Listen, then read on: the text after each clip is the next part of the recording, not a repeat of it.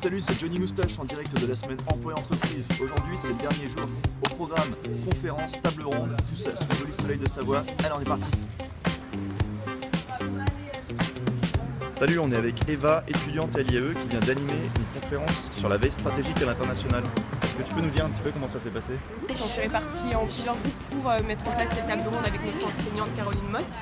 Et donc c'était sur la veille stratégique à l'international. On avait 3 intervenants qui nous ont parlé de leur expérience dans leur entreprise. Et donc voilà, nous, notre but c'était d'animer. Ça a été très bien puisqu'il y a eu pas mal de questions, il y a eu un petit débat, donc c'était vraiment très intéressant.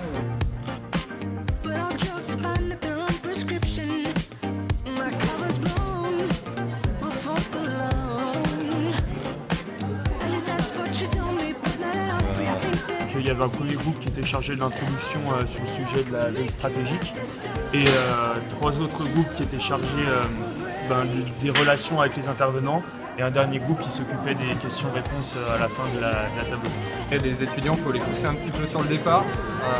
Une fois qu'ils sont lancés, une fois qu'ils voient qu'il n'y a pas de risque, ils peuvent poser des questions, mais globalement ça s'est bien passé. C'est quoi le profil des intervenants? Il y avait plusieurs profils. Il y avait un producteur de cinéma qui nous parlait un peu de son expérience internationale. Il y avait un monsieur passionné de Russie qui nous parlait de tous les voyages qu'il a fait en territoire géopolitiquement instable. Il y avait une jeune femme qui a monté son agence de tourisme suite à sa passion pour l'Irlande et les pays francophones. Il y avait un monsieur passionné de Japon qui a vécu à peu près la moitié de sa vie au Japon. J'ai essayé de motiver les étudiants à ne pas hésiter à foncer pour faire des expériences à l'international et essayer de leur montrer que même sans vraiment de moyens financiers, il y avait toujours des combis, on pouvait partir avec très peu de moyens. C'était très anecdotique et très intéressant. Les personnes, il y avait 4 conférenciers et on a vraiment pu avoir beaucoup d'aspects de pays différents, beaucoup d'Asie, un petit peu anglophone et puis c'était cool. On est avec 2 étudiants de l'IUT d'Annecy et ils vont assister à une conférence. Alors c'est quoi cette conférence?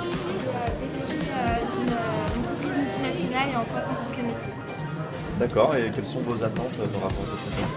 Et avoir des réponses sur les objectifs, sur la carrière pour atteindre ce niveau-là et savoir si on peut peut-être plus facilement échanger avec un professionnel qui a atteint ce niveau-là.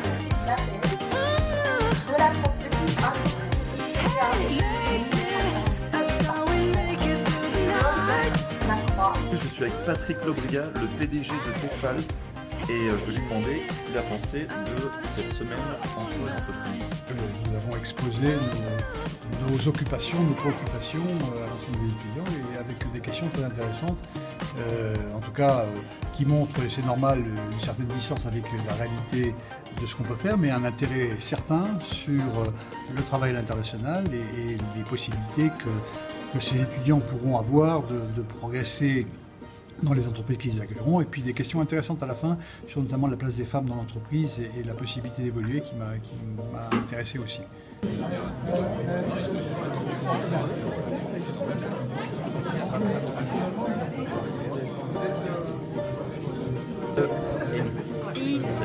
Je suis avec Aurore Grémion, chargée de communication du Club des entreprises.